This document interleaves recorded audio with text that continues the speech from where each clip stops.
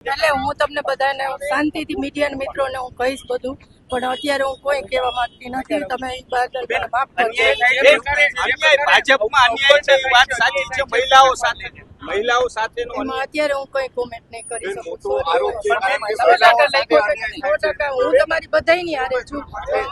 મહિલા મોરચા દ્વારા જે છે એ વ્યક્ત કરી દો, જે હોય લાગણી. બેન મીડિયા તમારી સાથે જ છે. બેન મીડિયા તમારી સાથે જ છે. જે હોય તમે કહો બેન.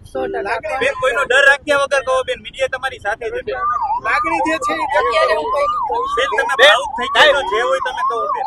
બેન તમારી આંખોમાં દેખાઈ આવે છે કે જે વસ્તુ છે, જે તમારી સાથે જે ઘટના બની છે અમને પણ ખ્યાલ છે, પરંતુ રિયલમાં એક વખત તમારે તો બોલવું જ પડશે. શું હકીકત જે છે હું કહીશ, પણ અત્યારે નહીં પ્લીઝ. પણ બેન તમે માંગો છે મારા પાસે, અમે બેન એટલો સમય માંગ્યો છે, આપણે સમય માંગ્યો છે. આનાનો જવાબ દો. બેન તમે સમય માંગ્યો છે કે નહીં બેન?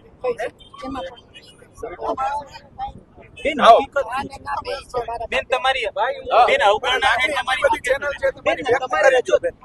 બેન તમારી અવગણના થઈ છે કે શું છે બેન? વારંવાર બેન તમે ભાવુક થઈ ગયા છો, દેખાય છે બેન તમારી આંખમાં.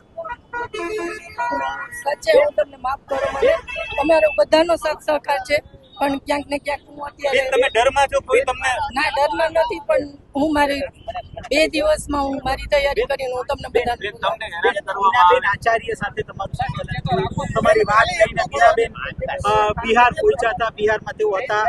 શું ચર્ચા થઈ? શું સંકલનમાં શું વાત થઈ હતી બેન સાથે તમારી? ખાલી આપો એટલું કહી દો. સમય થઈ છે વાત, પણ અત્યારે હું એનું કોઈ નહીં કરું. અમિતભાઈનો સમય માંગ્યો બેન.